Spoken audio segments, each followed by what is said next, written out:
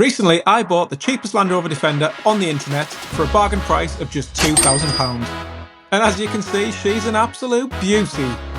Having spent some time in the last few episodes getting to know this old girl, warts and all, I decided to tackle the first big issue, the engine. Yeah, can you hear that noise down here? Whoa! After managing to get this non-runner running, it turned out to have a number of issues, one of which being a blown head gasket. I think the head gasket needs replacing because there's like a spitting. So I decided in the last episode to take this engine apart and give it a full novice mechanic DIY makeover. But in doing so, I took on slightly more than I bargained for. Usually we like a bit of crack on this channel, but in this case, that's not the crack we want. Will this engine ever run again after I've had my novice pause on it? I might have just overtalked that. Well, in this episode, we find out. And here it is, guys, the new head. Freshly back from the machine shop, where it's had a nice little rim. Sorry guys, I mean skim. And here it is, guys, looking lovely and shiny and fresh compared to the old one with the cracks in it. But that's enough about this shiny beast for now. The first thing we need to do is go back over to the front and sort out the big mistake that I made in the last video. So in the last episode, I got a little bit carried away with this torque wrench, trying to torque this pulley down onto this threaded bar, which was located here. And in doing so, I managed to completely rip this out, which gave me quite the shock. However, upon further investigation, what you can see here is I didn't pull the threads out, I pulled the helicoil out. So this has previously been fixed before with one of these helicoils, which basically reinstates the threads when you do strip threads. So, after a little bit of investigation, and all you legends in the comment box who've given me some great advice, I'm going to reinstate that helicoil and secure this bad boy back in permanently this time, and then get that pulley back on. And this is my helicoil kit, which I've just ordered from Amazon. And as you can see, it comes with M5 all the way up to M12 thread replacements. So if you haven't seen one of these before, essentially what you get is a drill bit, a tap, and an installation kit. And what you do in theory is you drill out the threads with the corresponding drill bit.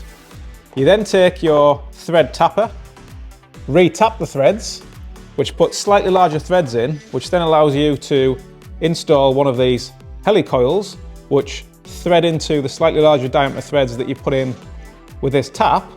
And then, once that coil's in place, what you can do is take your threaded bar and screw that into your newly installed helicoil, and hey presto, new threads, I think. So I've gone ahead and followed that process and already installed a nice new shiny helicoil thread in the middle of there. And then what I can do is take my threaded bar and screw that back in there like that. So to make sure this threaded bar never gets pulled off again, sorry guys, I mean pulled out again, I'm going to pack it at the back and at the front with some of this quick steel putty. Hopefully that'll permanently secure that threaded bar into there and make sure that that pulley never comes again. Sorry guys, I mean comes off again.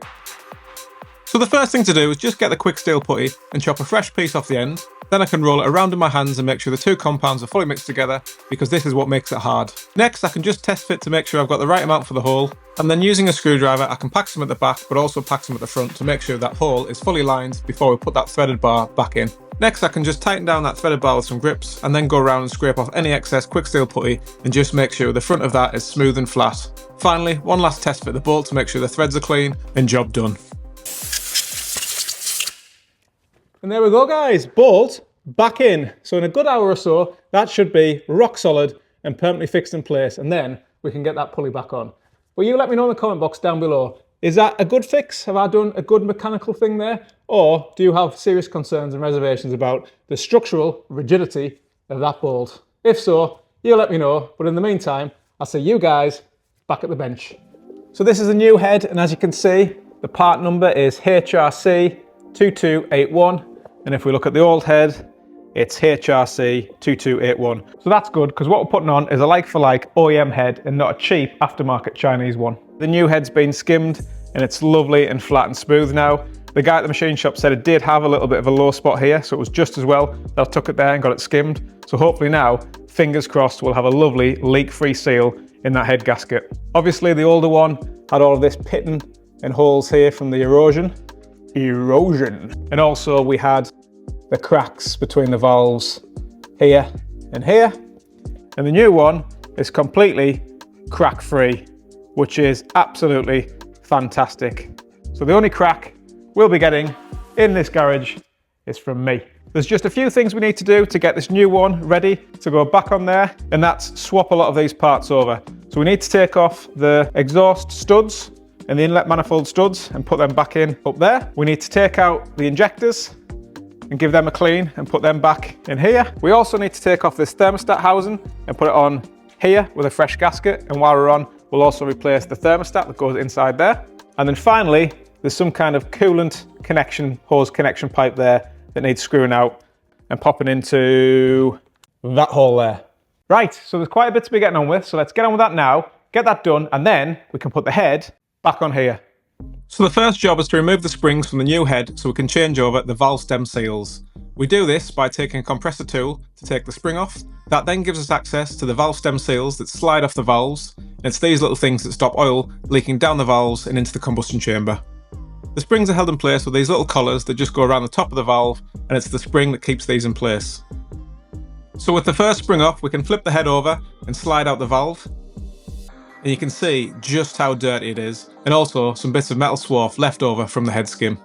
Next, we give this a good clean with brake cleaner, making sure we can get as much of that crusty grime off as possible, and you can see just how clean that looks now. Then we can get our finger in the hole and give it a good clean before sliding our valve back in.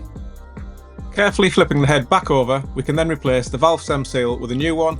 This just slides over the valve, and with this socket we can just slide that stem seal down and make sure it's clipped in place.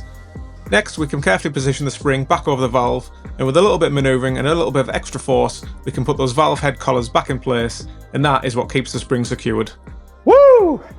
And just like that, guys, my first ever valve clean and stem seal replacement job done. Nice. Right, just 7 more to do now. Now we can repeat the process on the remaining 7 valves, taking them out, giving them a good clean, refitting them, flipping the head back over, sliding on a new valve stem seal, pushing it down with a socket, putting the spring back on, pushing it down and fitting those locator collars, and finally removing the spring, and only 6 more to do now. Check out the improvised spring compressor. My genius holds no bounds. It's the first time these weights have seen some action for a while as well.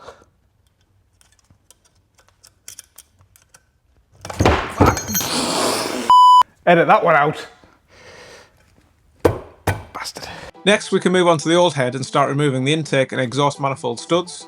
To do this, I just screw 2 nuts together and lock them tight, and use that as leverage to undo the threaded bars. Then we can remove this coolant hose connection, which sends hot water from the head to the heater matrix.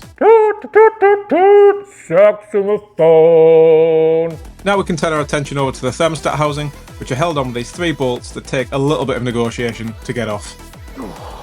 With those 3 bolts finally loose, we can pull them out and then give the thermostat housing a little wiggle, and off she comes. With the top of the thermostat housing off, we can see the thermostat there. We'll replace this when we fit the housing to the new head. Next, we need to remove the bottom of the thermostat housing, but as you can see, these bolts are well seized on. The 3/4 inch bar wouldn't work, so we move on to the 1/2 inch bar, and then finally resort to the Get Off Your Bastard 3000. With the housing finally off, we can give everything a good clean with brake cleaner, scrub all the old gaskets off, fit the new thermostat and a new gasket, and there we go. 1 thermostat housing fully refurbished and ready to fit on the new head. Next, we need to remove the 4 injectors.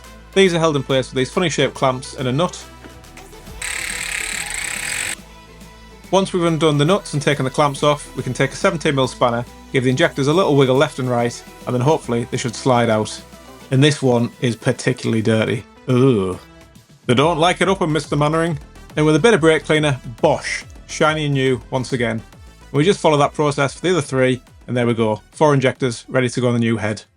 And here we go, guys. Here are all the parts. So we've got the injectors, we've got the thermostat housing, we've got the little water knob, bracket for when we take the engine out, we've got the intake and exhaust manifold studs, thermostat housing, and these little rubber bung bits that go on the ends here and here. And we've got the shiny new head there. So all of these parts we need to put back in to there. So let's do that now. Okay, so that's all of the various bits and bobs back onto this new head now. So this head is ready to go back on the vehicle. But the first thing we need to do is see if we can get the pulley back on there, and hopefully, fingers crossed, that fix works and we can torque that pulley down and then get that timing belt installed. So here I'm just putting a bit of blue Loctite onto that thread to make sure this nut is secured and on there tight, because I might not be able to torque it all the way down without the risk of snapping it once again. 45 Newton meters is the factory torque. Do I dare do it? I'm nervous.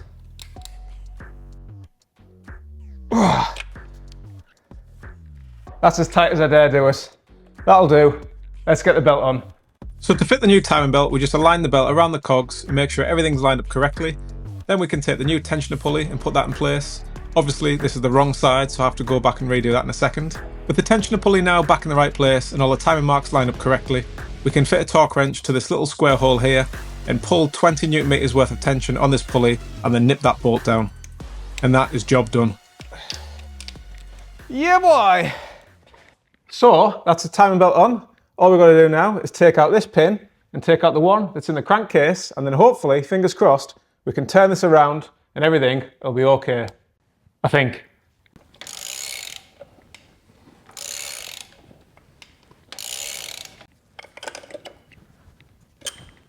Perfect.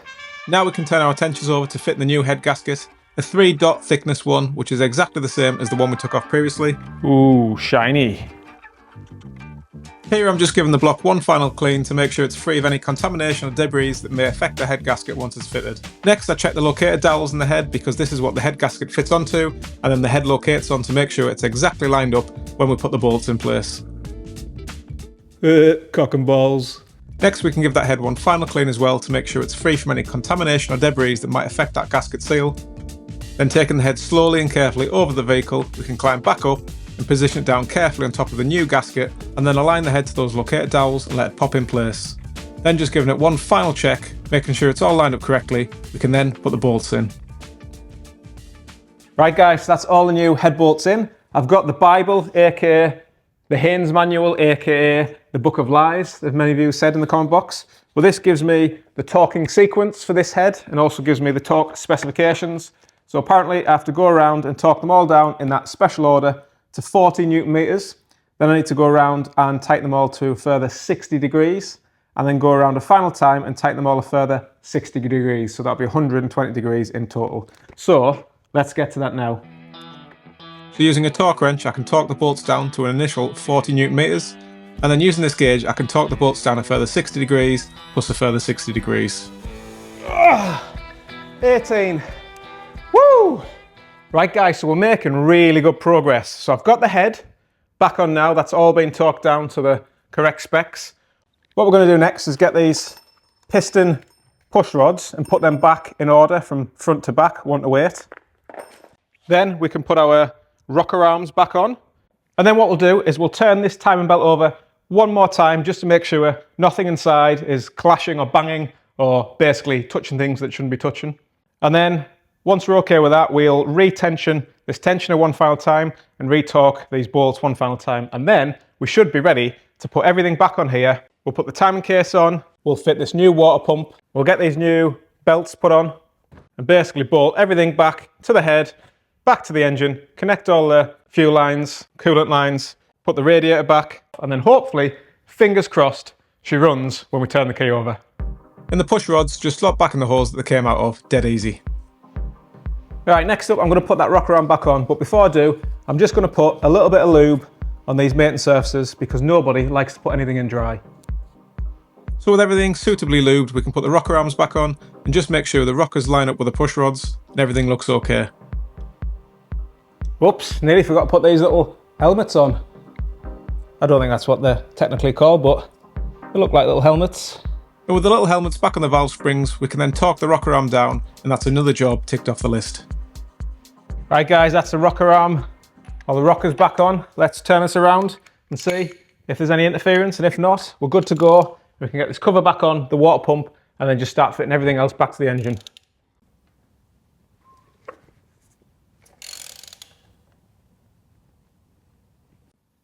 Well, I'll be honest, something doesn't feel right there. It stopped. Fuck. I'll check back in a minute. A few moments later. Hey, no, everything's fine. Don't you worry, guys. She's working and she's turning over nice. So before we crack on and start putting everything back together, I'm just going to go around and make sure that all of these valves have the right clearance using this 0.20mm feeler gauge. So I'm just going to time the engine so each of these pistons is at the very top and the valve's at the very top, and then I'm just going to slide this feeler gauge under and tighten these down accordingly. That should make sure when this engine's running, it'll be running sweet. So here we just turn the crank to get the pistons at top dead centre. Next we loosen the valve screw so we can tighten or loosen the valve accordingly. Then we slide the feeler gauge between the valves and just make sure there's a little bit of resistance before we tighten those bad boys down. That's the valve clearances done now. Whew, professional. Right, let's get the timing case cover on, the pulleys back on, and then get everything else connected back to this engine, back on this head, and then see if we can get this thing fired up. And once again, things were going far too well, so it was inevitable we were about to run into another problem. I don't believe this. Not only in this timing belt kit that I order, did they not send me a new one of these pulleys, but they've also sent me the wrong gasket. Absolute heads. So while we're waiting on the new gasket to arrive, we get to work fitting everything else back to that new head. So we start off by fitting a new exhaust gasket, followed by the exhaust manifold, and then the intake manifold. Then this fits in place with just 2 long bolts. Next we can fit a new exhaust gasket to the downpipe and tighten those 3 bolts. Now we can move around to the other side of the engine and fit a new fuel lifter pump, which is located down here on the side of the engine block. We're going to replace it out with this new shiny one. To remove the old one, we just have to loosen 2 Allen head screws and then slide the new one in place and tighten that back in. Then we can reconnect up the fuel lines. And while we're on, it makes sense to fit a new fuel filter. We just screw out the old one, tip the remaining fuel into the new one so we don't have to prime it too much, lube the rim with a little bit of fuel, and then screw it back in. And obviously, give that bad boy a little clean with some brake cleaner. Next, we can swap out the oil breather, which is simply a job of unscrewing a Jubilee clip, pulling off the old one, slotting in the new one, and tightening that up again. Next, we move on to the dirty job of changing the oil filter. So I use my oil filter removal tool just to crack it open, screw it off, getting oil all over my hands and all over the garage floor once again. Break out the new filter, fill it half full with oil, lube it up, and then screw that new one on. And finally, not forgetting to clean up the mess I've just made. So with the new oil filter on, we can then reattach the dipstick to the air intake manifold, then cover the rocker arms in oil, and then fit a new rocker head cover gasket before reattaching the rocker head cover to the head, then connect the rocker cover oil drain pipe, and then finally topping her up with fresh oil. And with fresh oil now in, we can reconnect the new breather to the rocker head cover. Next, we can reinstall the fuel injectors. First of all, we just put a new crush washer on the end with a little bit of grease to keep them in place. We then slide the injectors back in the injector holes, position the clamps, and then tighten them down with a little nut, and then torque to spec. So with the injectors back in place, I just need to replace and refurbish these fuel drain-off pipes because they were really brittle and I broke them when I was removing them. I've now got some nice fresh new braided fuel lines which will do the job nicely. So the final piece of this puzzle is just to install this new set of glow plugs. They just slide in the hole and screw in place. Then we can connect the wires that join them all together, but as you know, the end wire doesn't go to anywhere in this engine at the moment, so these plugs aren't going to do a damn thing just yet, but it looks nice. Finally, the new gasket has arrived. Good old Royal Mail, taking care of deliveries as usual. With the new gasket finally arriving, we can get to work fitting that to the front. We first of all add some grease to it to help it stick to the front. We then take the timing cover, fit that in place and start to align the bolts that we organised to make sure all of them go back in the same hole because they're all slightly different lengths. With all those bolts in place and torqued down, we can then add the gasket for the water pump, fit the water pump, and again, put the organised bolts back in the right holes because these are also different lengths. We then torque these bolts down, and we can move on to putting a bit of copper grease on the water pump pulley before putting the water pump pulley on the wrong way around. Next, we can put the crank pulley on and then torque both of those down the right way using the dak gun. Then refit the power steering pump. And once all that's back together, we can install the 2 new belts. And to finish it off, we just connect the water pump pipe to the thermostat housing. Nice! That's the hose back on, the pulley's back on, the belt's back on. We just need to put the radiator pack on now, fill it with coolant, and then see if this old girl runs. Whoa. Come on, Betty! Oh, good girl. Oh, tie wraps. So with the tie wraps taken off again, we can reconnect the pipes to the oil cooler and tighten them down. Then we can reconnect the two coolant pipes that come out of the radiator, one from the top to the thermostat housing and the other that goes to the bottom of the water pump. Then coming back around the side of the engine, we can reconnect the pipes that go from the turbo to the intercooler and then the intercooler to the intake manifold. And finally we can fix the front brace and then connect up those two bolts. So I do want to reinstate this OEM original Land Rover air filter, but because we haven't got the wings on and I've got nowhere to mount it, I'm not going to put this in and I'm not going to put this new filter in just for the time being, but we will do that at some point in the future. However, what I do have is a temporary K&N performance air filter with a sexy blue pipe. Whoa. So we're going to stick this on and shove it in there somewhere and basically increase the horsepower by at least 100 on this 200 TDI. Whoa. Let's try this bad boy out.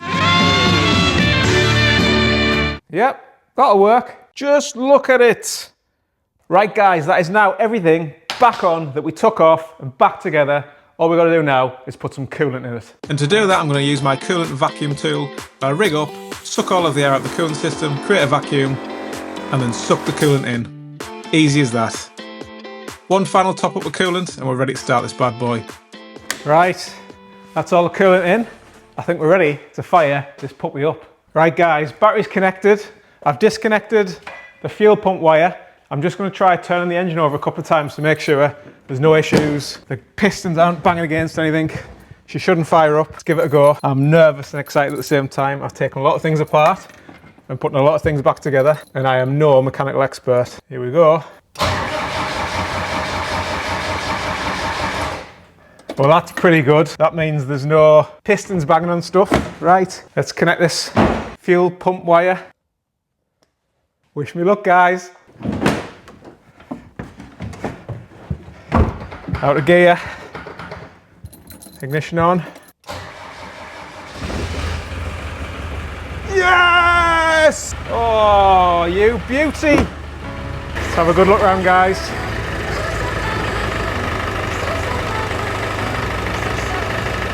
She sounds so much better. There's a little bit of smoke, but nothing like what it used to be. It used to kick out horrendous white smoke and it stunk. That, to me, is loads better. Belts are going around nice. It sounds so much better.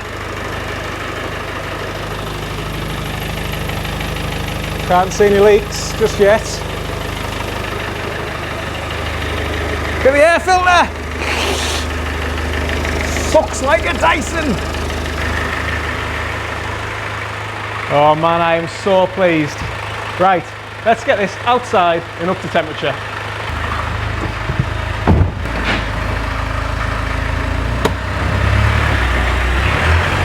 Oh yeah!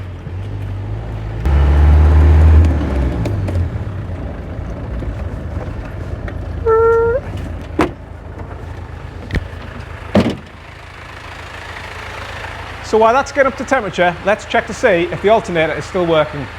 And to do that, TopDon has kindly sent me their V2200 Plus jump starter pack. Now I know what you might be wondering, how am I going to test the battery voltage with a jump starter pack? Well, let me tell you. The V2200 Plus also comes with this Bluetooth dongly bit and a mobile app. So what you do is you take these nipple clamps, if you're into that kind of thing, and connect them to your battery. Then this Bluetooth dongly thing sends a signal to your app, which gives you a battery test, a cranking voltage test, a charging test, and also a real-time voltage view. So if your battery isn't conveniently located right next to you, like it is in a Defender, and it's under the bonnet, and you don't have mega long wires on your voltage meter, or a friend like me, then this is actually really handy. So thank you TopDon for the box and the dangly bits. This is going to come in really handy for my dad's garage in the future. Right, let's go outside and see if that bad boy's up to temperature now. I'm still not 100% convinced with his alternator, but we'll see how we go. So, another successful job done, I'd say. It is smoking a little bit, so I will do a compression test and probably check the turbo seals as well, because that could be why we get a little bit of oil coming out the exhaust under throttle. But all in all, I'd say we've done a pretty good job on this 200 TDI engine, bringing it back to life. So if you've enjoyed the video, don't forget to subscribe, give it a like, and join me in the next one when we're going to be sorting out this bodywork. Thanks for watching, guys. See you in the next one.